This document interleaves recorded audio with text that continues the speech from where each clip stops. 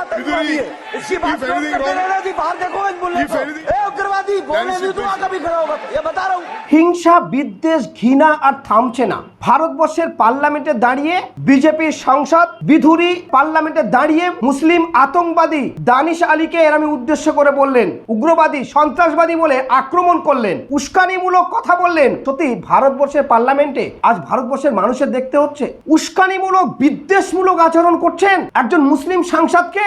তখন দেখা যাচ্ছে যে দুই বিজেপি সাংসদ রবিশঙ্কর প্রসাদ এবং ডক্টর হর্ষবর্ধন মিচকি হাসি হাসছেন। সত্যি তাহলে কি সাজানো নয় এটা মুসলমানদের উপরে বারবার আক্রমণ করা? এর আগে আমরা দেখেছি কখনো রাস্তাতে, কখনো ট্রেনে, কখনো গোরক্ষকের নাম করে, কখনো ছোট ছোট শিশুদের দিয়ে স্কুলে, কখনো বয়কট করা, কখনো দেশ থেকে চলে যাওয়ার কথা বলা, নানান রকম ভাবে কটূক্তি করা হয়েছে এবং পেটানো হয়েছে, হত্যা করা হয়েছে, সেই উদ্দেশ্য করে দাঙ্গা হয়েছে। কিন্তু ভারতবর্ষের প্রধানমন্ত্রী নরেন্দ্র মোদী একেবারে নীরব, ভারতবর্ষের স্বরাষ্ট্রমন্ত্রী অমিত শাহ একেবারে নীরব।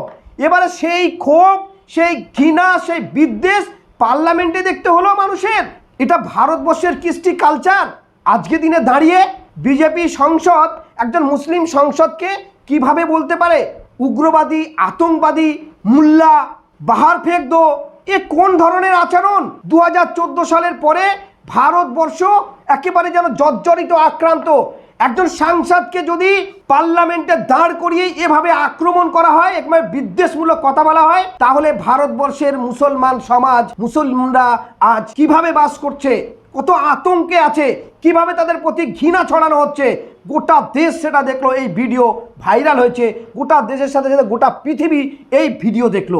সত্যি অবস্থা কোন দিকে যাচ্ছে এ নিয়ে এখনো পর্যন্ত মুখ খোলেনি প্রধানমন্ত্রী অমিত শাহ, কেউ মুখ খোলেননি। এবং এত বিদ্বেষ, এত ঘৃণা, এত হিংসা চারিদিকে যে ছড়ানো হচ্ছে, তার বিরুদ্ধেও কাউকে মুখ খুলতে দেখা যায়নি।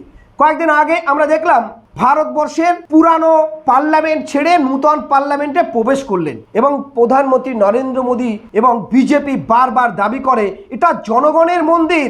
তাহলে জনগণের মন্দিরে যারা ভোট পেয়ে সেখানে গেছে, সেখানে গিয়ে একেবারে একটা সম্প্রদায়কে, মুসলিম সম্প্রদায়কে বিদ্বেষ ছড়াচ্ছে, হিংসা, ঘৃণা এমনভাবে ছড়াতে ছড়াতে এমন জায়গায় চলে গেছে, এবার পার্লামেন্টে গিয়ে বলতে হচ্ছে। বিজেপির তরফ থেকে এখনো পর্যন্ত কোনো মন্তব্য শোনা যায়নি, বিধুরির বিরুদ্ধে কোনো রকম পদক্ষেপ নেওয়া হয়নি। তাহলে বিজেপি শাসিত এই ভারতবর্ষে কোন দিকে নিয়ে যাচ্ছে? রাজনাথ সিং তিনি দুঃখ প্রকাশ করেছেন। তিনি দুঃখ প্রকাশ করার সঙ্গে সঙ্গে বলেছেন ওই সাংসদ যদি দুঃখ পেয়ে থাকে তাহলে আমি দুঃখ প্রকাশ করছি। এ কোন ধরনের কথা? এ কোন নীতি? এত বড় কুরুচিকর মন্তব্য, যে মন্তব্য আমরা বাইরে শুনেছি, কখনো স্কুল টিচারদের মুখ থেকে শুনেছি, কখনো RSS বজরং হিন্দু পরিষদের পক্ষ থেকে শুনেছি, এবার সেটা শুনতে হলো পার্লামেন্টে। লজ্জা রাখার জায়গা কোথায় পাবে ভারতবর্ষে? ভারতবর্ষের মুসলমানরা তাহলে কিভাবে বাস করছে গোটা বিশ্বের মানুষেরা দেখছে। প্রধানমন্ত্রী 9 বছর হয়ে গেছে, এখনো পর্যন্ত তিনি সাংবাদিক সম্মেলন করেননি। G20 সম্মেলন হয়েছে এই ভারতবর্ষে, বিশ্বের একাধিক দেশ থেকে রাষ্ট্রনায়করা এখানে উপস্থিত হয়েছিলেন, কিন্তু তারা এসে একটাই মন্তব্য করে গেলেন। বিশেষ করে শক্তিশালী দেশ আমেরিকা, তারাও এখানে প্রেস কনফারেন্স করতে চেয়েছিলেন, তাদেরও করতে দেওয়া হয়নি, বিদেশে গিয়ে তারা বোম ফাটালেন। এ কোন নীতি, এ কোন আদর্শ, এ কোন চরিত্র? ভারতবর্ষের ইতিহাসে এত কলঙ্কময় ইতিহাস শুধু স্বাধীনতার পরে নয়, এরমভাবে আক্রমণ করতে কাউকে দেখা যায়নি যখন থেকে পার্লামেন্ট শুরু হয়েছে। এভাবে একজন মুসলমান সম্প্রদায় ভারতবর্ষের দ্বিতীয় স্থানে যারা বসবাস করে, তাই সেরকমই একজন সংসদকে এভাবে আক্রমণ করতে কাউকে শোনা যায়নি। আপনারা দেখতেও পারেন সেই ভিডিও সোশ্যাল মিডিয়ায় ভাইরাল হয়েছে, দেখে নিন সেই ভিডিও কিভাবে আক্রমণ করছে।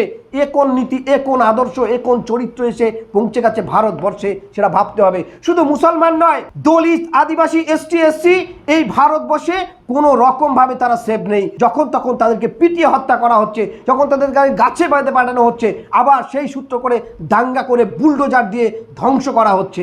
এই কৃষ্টি কালচার ভারতবর্ষে আর থামবে না। देश के वैज्ञानिक उग्रवादी सिरे ले रहे हैं, उग्रवादी बोलने दूंगा कभी खड़ा होगा, ये बता रहा हूँ। उग्रवादी कटवे सर, ये जो श्रेय अगर जाता है तो देश के प्रधानमंत्री को जाता है। दानिश अली जी प्लीज ये आतंकवादी है, उग्रवादी है। ये मुल्ला ए, आतंकवादी है। बिदुरी इसलिए जी। सर अभी मैं बताना चाहता बिदुरी, you हूँ understood अधीर that? रंजन जी, अधीर रंजन जी अभी Please sit शोर down. मचा रहे थे, Danish लिस्ट Ali. पढ़ रहे थे। Danish उस Ali. लिस्ट में अधीर रंजन जी जब Please लिस्ट sit पढ़ down. रहे थे 1975 से Danish Ali, लेकर अभी please sit तक, down. इसकी If बात anything नोट करते wrong- रहना जी, बाहर देखो इस मुल्ले If को। anything wrong, इसी if anything wrong, अभी रोज पढ़ रहे थे सर, इसरो ने Please, you take your वर्ष seat. 2000 You take your 1975 seat. से If अब any- तक 52 You listen to chair, you-